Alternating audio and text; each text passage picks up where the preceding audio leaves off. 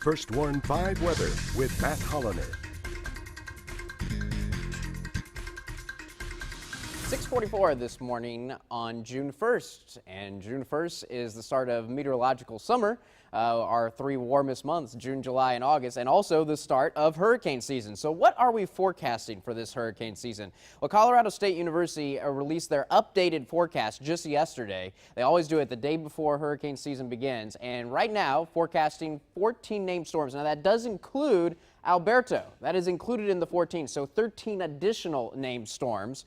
Of those, 6 will become hurricanes and 2 expected to become major hurricanes, which is category 3 or higher. Now notice that's pretty close to a normal season, actually a little bit lower on the hurricane side by 1, and an average number of major hurricanes, maybe a couple of extra tropical storms. The reason why we're not going with more hurricanes and major hurricanes, the sea surface temperatures in the Atlantic, not the Caribbean and not the Gulf, but in the Atlantic where you typically get those really major hurricanes developing first, they're a little bit cooler than usual, so that may make it harder for really strong storms to develop, but we do anticipate that there will be some. There always are every season, just about.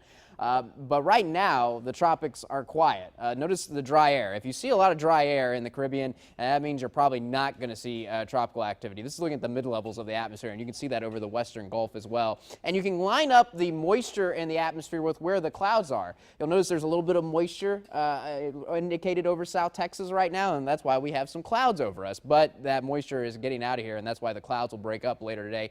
And you'll notice that there's a lot of wispy clouds, spread out clouds, but there's no clusters of organized activity and no really interesting things to watch in the tropics right now. No abundant thunderstorm activity and a lot of dry air, so that's why you're not seeing a lot of clouds. So nothing to worry about in the tropics for now, but it is now officially hurricane season. We've been talking about it for so long, and so we'll be watching things closely.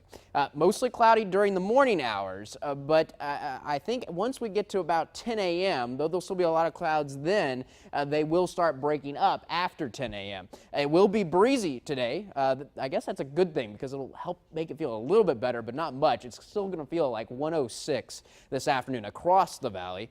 Sunny skies are expected by 6 o'clock, and we will have clear skies for the evening hours, but once again, those clouds will be developing later tonight. And I think early tomorrow morning, we'll start out with partly cloudy skies. Not as much clouds as this morning, but some clouds. Much of the day, though, mostly sunny. Not as breezy, though, tomorrow. I don't think you're going to notice the wind as much. Kind of a normal breeze for this time of year. And because the breeze goes down, even though our humidity drops a little bit, we lose the breeze. So guess what? It's still going to feel like 106. Not good. Today is the last day of school for many. And it's going to be 99, feeling like 106. Skies will become sunny later this afternoon. It's going to be a breezy day, a very humid day. Normally, I would say this is a bad day, but it's the last day of school. So let's give it an A.